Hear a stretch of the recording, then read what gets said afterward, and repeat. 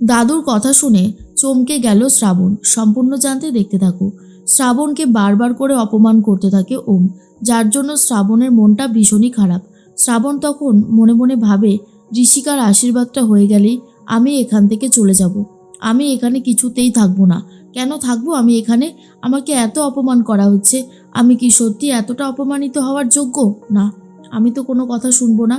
এর মধ্যে দাদু তখন বলে, তাহলে আর বেশি অপেক্ষা না করে এবারে আশীর্বাদটা করাটা দরকার। আর তখনই কাকাই বলে, হ্যাঁ বাবা, পুরনো দিনের কথা মনে না করাই ভালো। তখনই দাদু বলে, পুরনো দিনের কথা কে মনে করতে চাইছে অমরেশ? আমি কি চাইছি? চাইছে শ্রাবণ। বারবার করে সেই একই কথা টেনে আনছে। বড় বৌমার অতীত জানাটা কি খুব দরকার ছিল? বড় বৌমার অতীত জানতে গিয়ে আমার সংসারের সমস্ত কিছু অনেক বেশি খারাপ হয়ে গেছে। এর মধ্যেই চলে এসেছে বসুমতী। বসুমতীকে দেখে সবাই একটু চমকে যায়। আর তখন দাদু ভাবে, বড় বৌমার কথা বসুমতী শুনে নেয়নি তো? কি জানি। এরপরে বসুমতী বলে, মেসোমশাই, আপনার চোখের জল, আমার কোনো কথা কি আপনার খারাপ লেগেছে? বলুন না, এরকম চুপ করে থাকলে আমার কিন্তু খুব খারাপ লাগবে। তখনই শ্রাবণ বলে, না না, আসলে আমাদের ঋষিকা, ও তো আমাদেরকে ছেড়ে চলে যাবে, তাই একটু খারাপ লাগছে। জানেনই তো, মেয়ে সন্তান, আমরা যতই জানি না কেন যে আমরা পরের ঘরে যাওয়ার জন্য পৃথিবীতে এসেছি, তবুও সেই সময়টা যখন চলে আসে না, মনের ভেতরে এত তোলপাড় হয়ে যায়, সেটা যে তার জন্য দাদুরও খুব খারাপ লাগিয়েছে। এরপরেই দাদু বলে, আসলে ঋষিকা দিদিভাইকে তো, আমার সব দিদিভাইকেই আমি কোলে করে এই বাড়ি ঘোরাতাম, সব কিছুই করতাম আর কি। আর তারা এক এক করে বড় হয়ে যাচ্ছে, বিয়ে হয়ে যাচ্ছে, এটা মেনে নেওয়াটা খুবই কষ্টের, তাই জন্যই মনটা খারাপ লাগছে। বসুমতী বলে, মেসোমশাই, আপনি একদম চিন্তা করবেন না। আরে বাবা, আপনার বাড়ি থেকে আমার বাড়িতে যাচ্ছে, ওর যেমন আদর আপ্যায়ন আপনারা সবসময় করেছেন, আমিও তেমনটাই করব।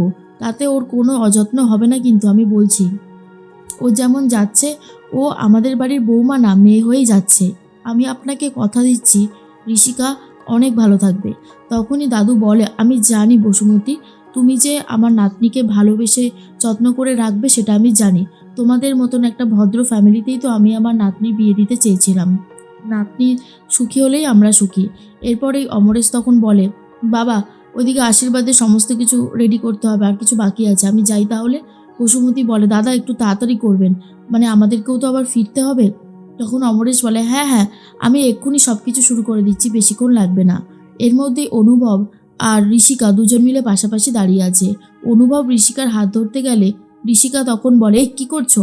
হাত ধরবে না, আমার দাদারা দেখলে না আচ্ছা মতন দেবে তোমাকে ধোলাই। অনুভব বলে, কিছুদিন বাদেই আমাদের বিয়ে, আজকে আমাদের আশীর্বাদ, আর শেষে কিনা এ সমস্ত কিছু হচ্ছে। আমি তো ভাবতেই পারছি না কি যে হচ্ছে, সব কিছু কেমন যেন গুলিয়ে যাচ্ছে। ঋষিকা বলে, আরে বাবা, এতে গোলাগুলির কি আছে? দেখো, এখনো তো বিয়ে হয়নি না, লজ্জা লাগে, বোঝার চেষ্টা করো। এর মধ্যে ঋষিকা তখন বলে, বলছিলাম বৌদিভাইকে তো দেখছি না। সানায়া বলে, বৌদিভাই আসছে, ওই সাইডে কিছু কাজবাজ করছে হয়তো। মল্লার এদিক ওদিক দেখতে থাকে, শ্রাবণের দিকে হাঁ করে তাকিয়ে আছে। তখনই বসুমতী বলে, ওইদিকে কি দেখছিস মল্লার? এরপর মল্লার বলে, ব্রজমোহন ঘোষ কি বলল? তখন বসুমতী বলে, ব্রজমোহন ঘোষের কথা তোকে আমি পরে এক সময় বলবো। এদিকে যত তাড়াতাড়ি সম্ভব আশীর্বাদটা হয়ে যাওয়াটাই ভালো, আর বেশি অপেক্ষা করতে ভালো লাগছে না। এদিকে শ্রাবণ মন দিয়ে নিজের কাজ করতে থাকে, আলপনা দিতে থাকে স্টাডি সাইডে। আর তখনই একটা কথা বারবার করেই ভাবে মল্লার, যে যা করার খুব তাড়াতাড়ি করতে হবে, এই ঘোষবাড়িকে এইখান থেকে উৎখাত করতে হবে। এরপর আলপনা দিতে দিতে শ্রাবণের কপালে অনেকটা আলপনা লেগে যায়। ওম তখন এসে নিজের রুমালটা দিয়ে বলে, কপালের দাগটা মুছে নাও। এরপর শ্রাবণ বলে, কপালের দাগ তো মুছে যাবে মিস্টার ঘোষ, কিন্তু আমার মনের মধ্যে যে দাগ আপনি কেটেছেন সেটা কি মুছে ফেলতে পারবেন? পারবেন না তো তাহলে? ওম তখন বলে, এই জন্য না আমি তোমার সাথে বেশি কথা বলতে চাই না। একটা কথা বললে সবসময় তার উল্টো মানে বার করো, নাহলে নতুন কিছু বলো, আমার ভালো লাগছে না। এরপর নিজের নিজের সমস্ত কিছু ওমকে খুলে বলতে চায় যে সে কোনো অন্যায় করেনি, বাট ওম কোনো কথাই শুনতে চায় না শ্রাবণের। আর এর মধ্যেই রান্নাঘরে সমস্ত কাজের লোকরা মিলে ঝামেলা করতে শুরু করে দেয়। শ্রাবণ তখন বলে, আরে আরে, হচ্ছেটা কি, এত ঝামেলা কিসের?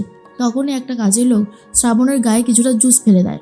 আর তখন শ্রাবণ বলে, যা, দেখলে তো, দিলে জুসটা ফেলে, এবার আবার আমাকে ঘরে গিয়ে একটু ফ্রেশ হয়ে আসতে হবে। অন্যদিকে মল্লারও এদিক ওদিক তাকিয়ে দেখে মোটামুটি এখন ফাঁকা আছে, যা করার তাড়াতাড়ি করতে হবে। এই বলে শ্রাবণের ঘরের দিকে রওনা দেয়। আর এর মধ্যে অনুভব আর ঋষিকার আশীর্বাদ শুরু হয়ে যায়। প্রথমে আশীর্বাদ করছে তখনই আশীর্বাদ করে প্রথমে ব্রজমোহন, আর তারপরেই করছে হচ্ছে ঋষিকার মা বাবা, এরপর একে একে সবাই করছে।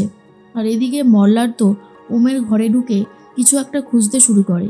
শ্রাবণও ঘরের দিকেই এগোচ্ছে। ওম তখন বলে, আমি চাই আমার বোন অনেক বেশি সুখী হোক, অনেক ভালো থাকুক, সারা জীবন যেন এই বাড়িতে যেমন কাটিয়েছে হাসি খুশিভাবে সেই রকমভাবেই যেন ওই বাড়িতে কাটাতে পারে। অনুভব তখন বলে, সেভাবেই কাটাবে দাদা, চিন্তা করো না। এরপর তখনই রোহিণী এসে কান মুলে দিতে চায় অনুভবের, আর বলে, শোনো, আমি তোমার বড় শালিকা, বুঝেছো? আমি কিন্তু তোমাকে আশীর্বাদ করবো না, এই দেখি দেখি কানটা এইভাবে মুলে দেবো। যখনই তুমি আমার বোনকে কষ্ট দেবে আমি কিন্তু ঠিক তোমাকে এইভাবেই কান মুলে দেবো। কি মনে থাকবে তো? আর তখনই রীতিমতো হাসতে শুরু করে দেয় সবাই। এর মধ্যেই দেখা যায় যে ব্রজমোহন বলে, আশীর্বাদটা তাহলে ভালোই ভালোই হয়ে গেল।